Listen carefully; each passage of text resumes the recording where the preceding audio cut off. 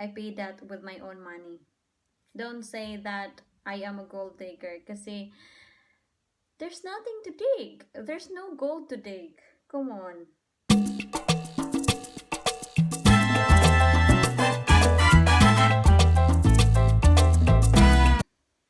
Hello everyone! I am in our front room right now and I'll be doing my nails. So I have my towel with me. I have my tools from Philippines. I don't know what it's called, but it's a dual end. This one as well. That one. A cuticle remover. This is actually not a cuticle remover because I was run out to that, and what I do is just to put a head and shoulder on it. And a brush. Ayaw ko kasi magpagawa ng nails kasi sobrang mahal na kung magpagawa ka ng nails dito, and ayaw ko yung naglalagay sila ng glue kasi masisira talaga yung nails mo. So, I'm just gonna stick to the normal way. Hindi naman ako palaging lumalabas at okay lang naman sa akin kung yung nails ko is walang color. What's wrong with that? As long as your nails is clean. So, that's fine.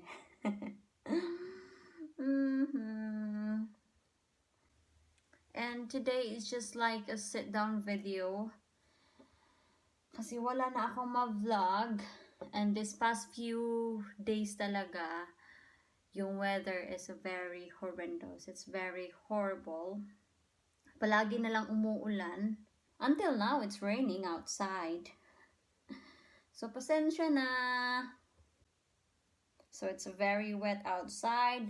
And I supposed to do my gardening because I'm not busy or I'm not doing anything today. But I cannot do anything in the garden because the ground is that wet. So that's why I just stopping inside and do my nails.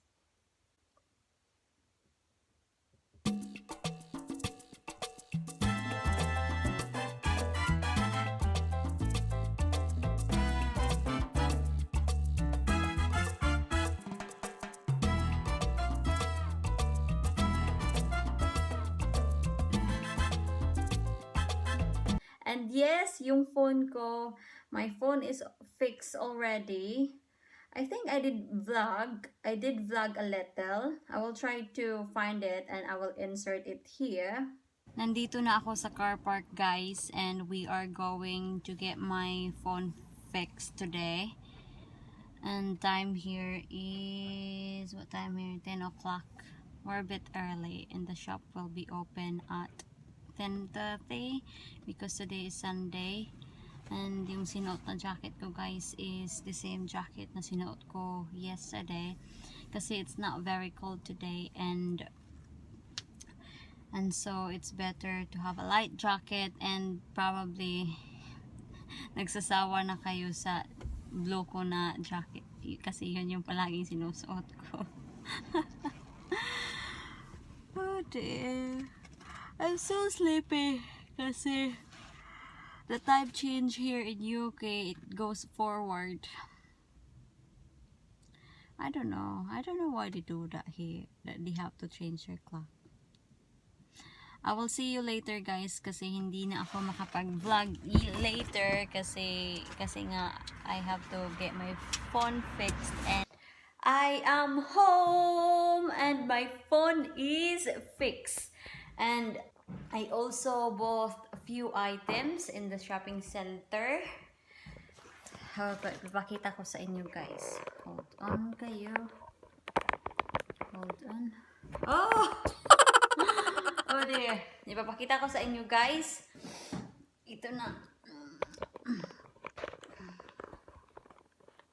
There you go.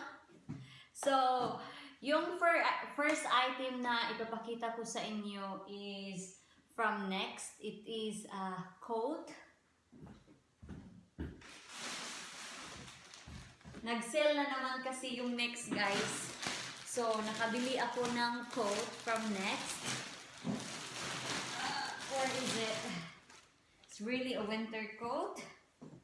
I will try it on, guys. Go like that.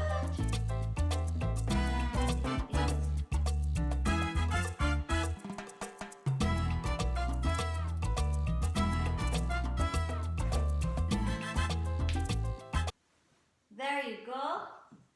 It is just a plain black coat, guys, but it is very warm and it is nice to go on with your dress. And this cost me 30 pounds. The original price is 62 pounds, so it's a big savings. And I also bought a heels in Select. It is very cheap, guys. It is 17 pounds. And yun lang yung nabili ko kasi mostly sa pag may mga sales talaga, yung mga nasa sales is malalaki and I have to have 6 or extra small to go with me. And this jacket is luckily my husband found it and it is size 6, which is very good. At para naman, guys, may bago akong jacket kasi palagi na lang akong nagsusuot ng blue jacket ko. Oh God, I'm sniffling, guys, kasi nag-makeup ako. It cost me, how much is it? 45 pounds, and to all the disclaimers, haters out there, I paid that with my own money. Okay? So, don't say that I am a gold digger kasi there's nothing to dig. There's no gold to dig. Come on. I just want to sit down and talk to you about my last video. I am very grateful to my last video that it has like 45,000 views. I have received a lot of comments, positive and negative comments. I've been reading all your comments and some of the comments are very harsh. Yung tipong sinasabihan nila ako na malandi, mukhang pera, desperada. Grabe sila Besh. Tao lang din ako nasasaktan. And I have noticed most of the negative comments are from Philippines. It really saddened me because the world is full of hate.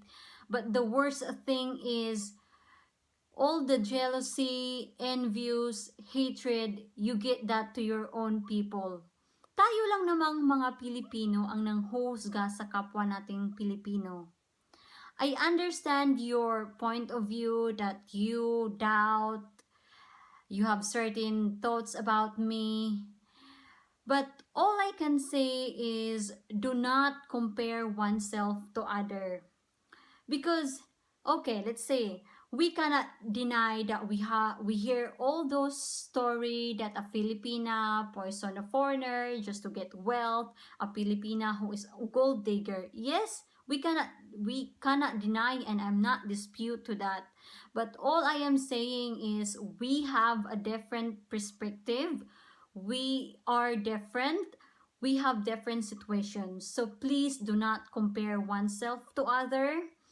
And to my defense, as a Filipina, I'm not saying that I am better to them, but I am saying is I know who I am, I know what I've got, and I know how to be contented in life.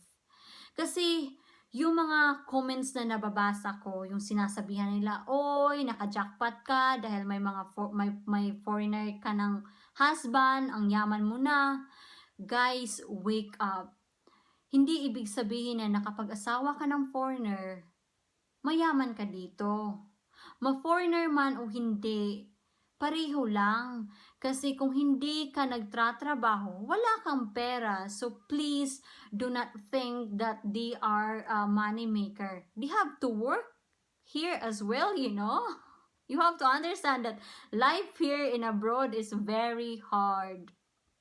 And I have read comments like, people will like you if you spend time with his family, with his grandchildren, etc. Do not show them about your clothes, your shoes, what you got. All I can say to you, whoever you are, I spend time with his family.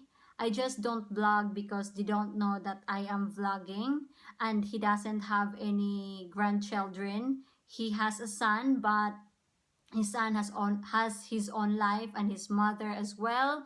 And if I bought something for myself, I show you something that I bought something, it's my money.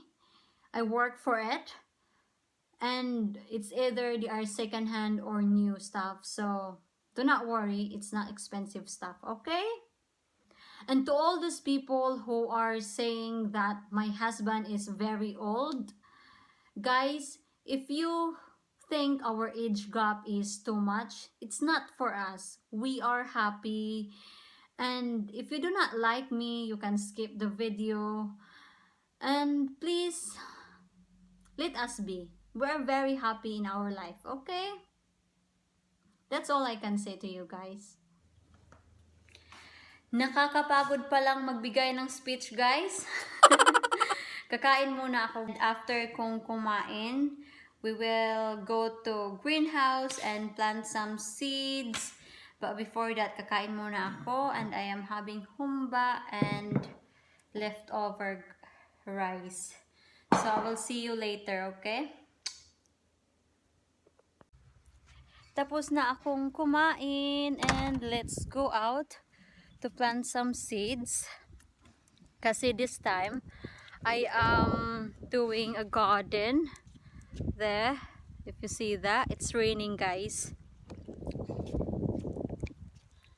So I will be planting cabbage, carrots, parsnips, sweet, beetroot, onions, potatoes, tomato, what more? Lettuce. So I'll be planting marrows, courgette, cabbage, and strawberries. And more strawberries will be here soon, guys, because we bought like 50 plants of strawberry online, and some of the strawberries are not here yet because we bought them from different seller. So yeah, we will do gardening.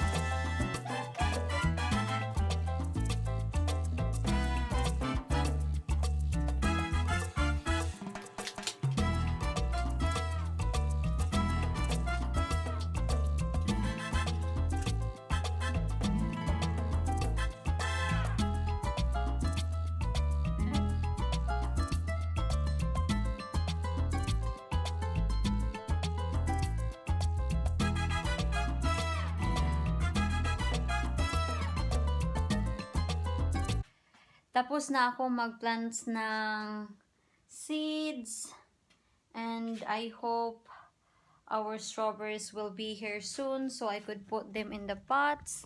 I will give you a look to my garden, guys. There is nothing yet on there because the ground is that wet, so we cannot do anything. See, that's my garden, and the other one as well. I love gardening because for me it is very therapeutic. It really relaxes me. Kasi when I was back home, guys, I do a lot of gardenings as well, which is very good. Papasok na tayo sa bahay kasi ang ginaw at wala akong proper na jacket. Whew. That's it for me today. I will see you in my next video. I hope you subscribe and like this video. Bye!